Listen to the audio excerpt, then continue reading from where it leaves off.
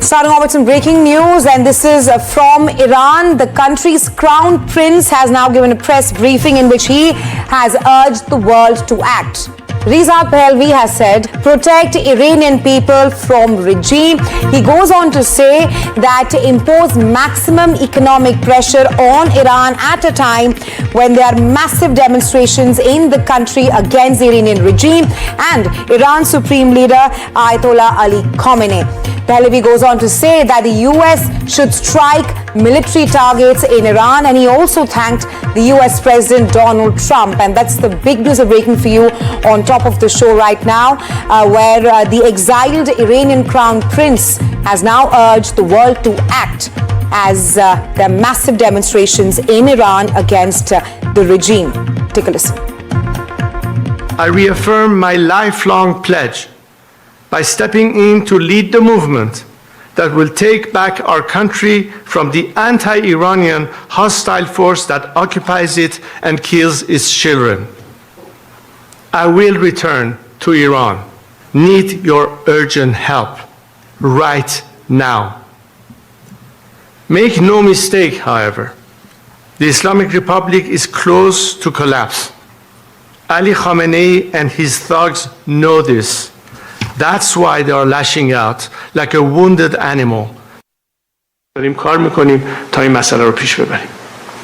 Last question, NDTV.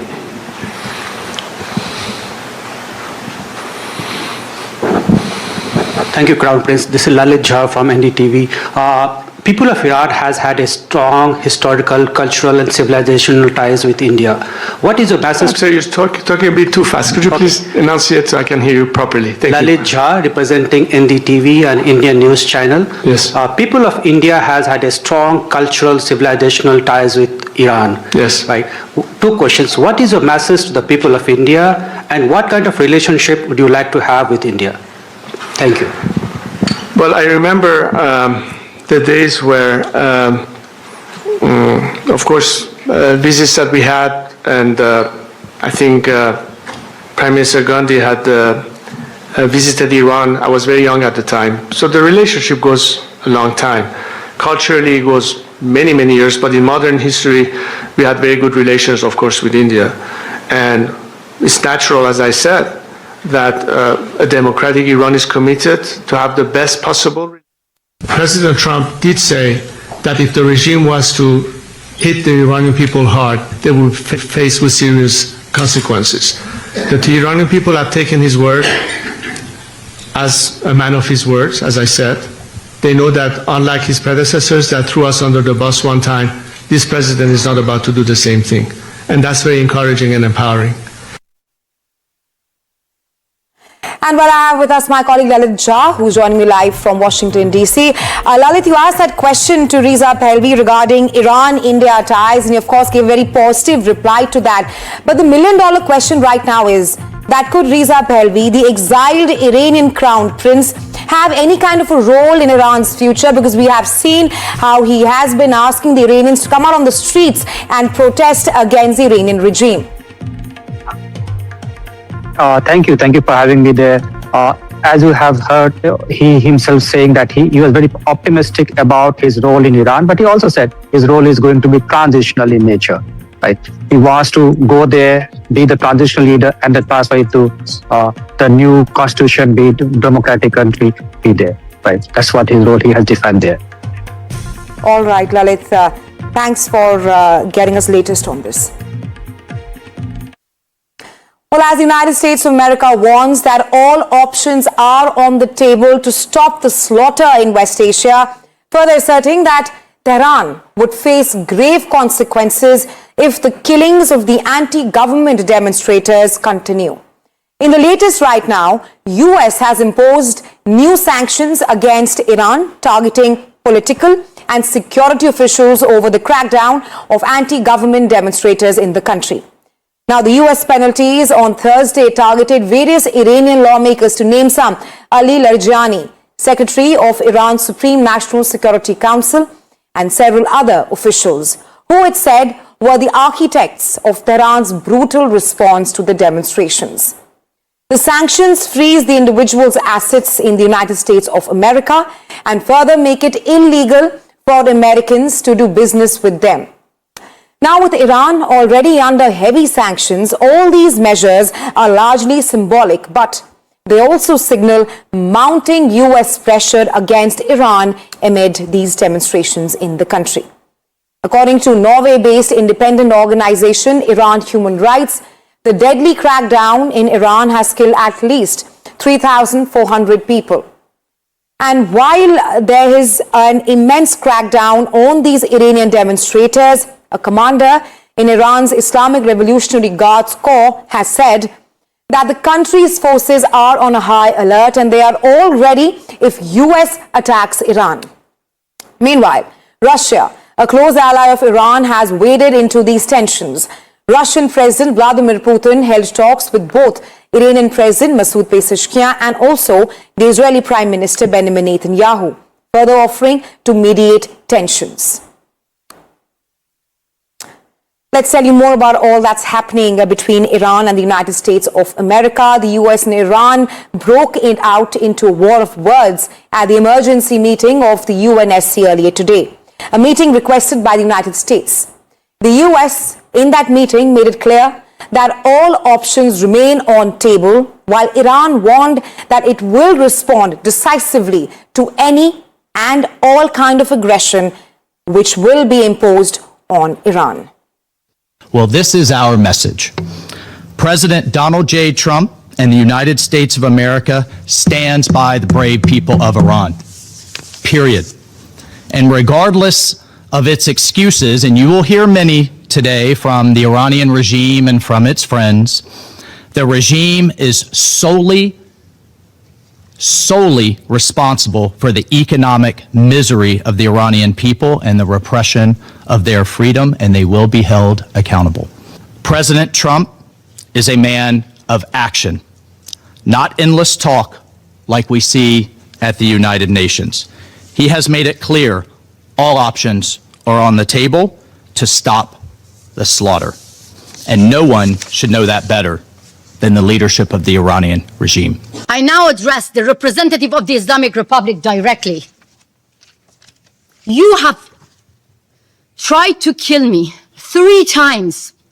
I have seen my would-be assassin with my own eyes in front of my garden in my home in Brooklyn.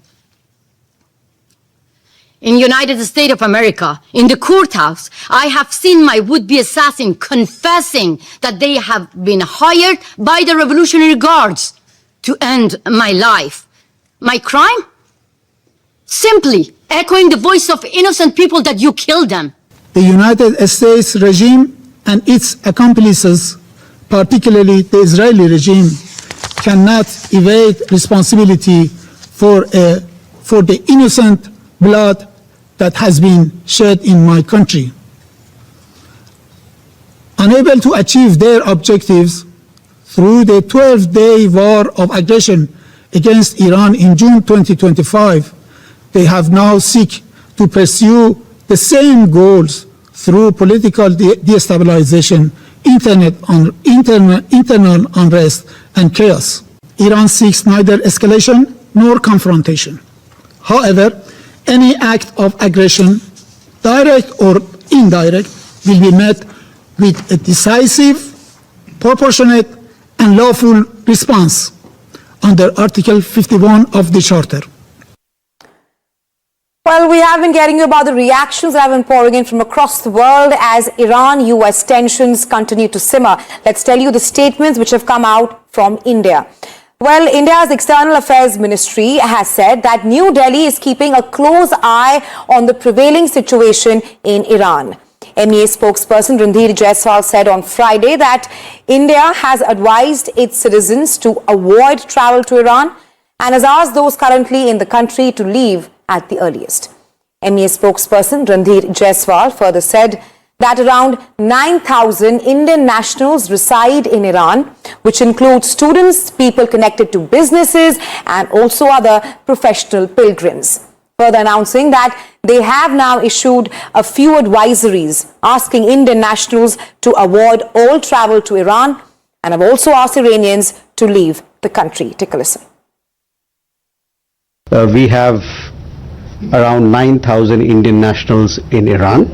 Given the situation there, we have issued a few advisories asking Indian nationals to avoid all travel to Iran, and Indian nationals who are already resident in Iran to leave Iran by available means, including commercial flights.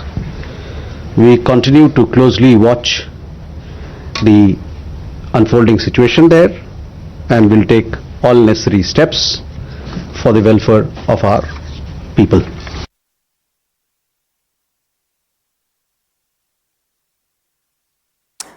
And we'll decode all that's happening between Iran and the United States of America. I have with us Adil Malka Nazarian. She's a geopolitical analyst and American media personality. Welcome to NDTV, Adil.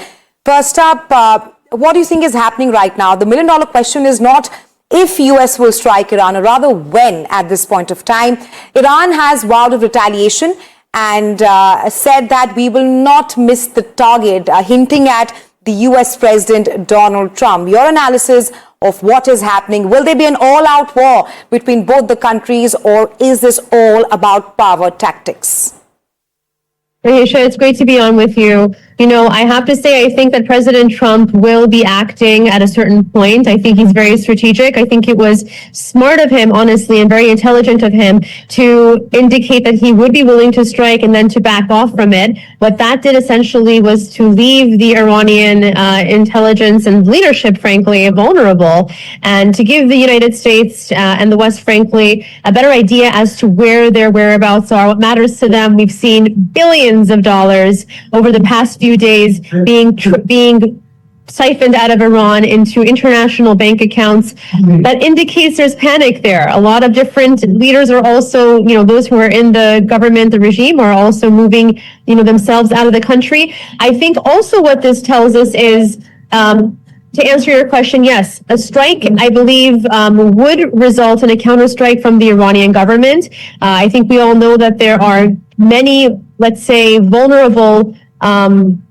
vulnerabilities in the United States, in Europe, many regime operatives in Europe and in parts of the Middle East. I would not put it past them to go ahead and to try to activate these assets, which would cause horrible harm to people and civilians. But I think at the end of the day, this is the time, if any time at all, to do whatever it takes while preserving the safety of civilians, Iranian civilians at home and abroad, and everyone for that matter, for the United States to get involved at the right time and to be able to do whatever they can to help achieve what is best for the people of Iran, so not continuously being massacred. Right.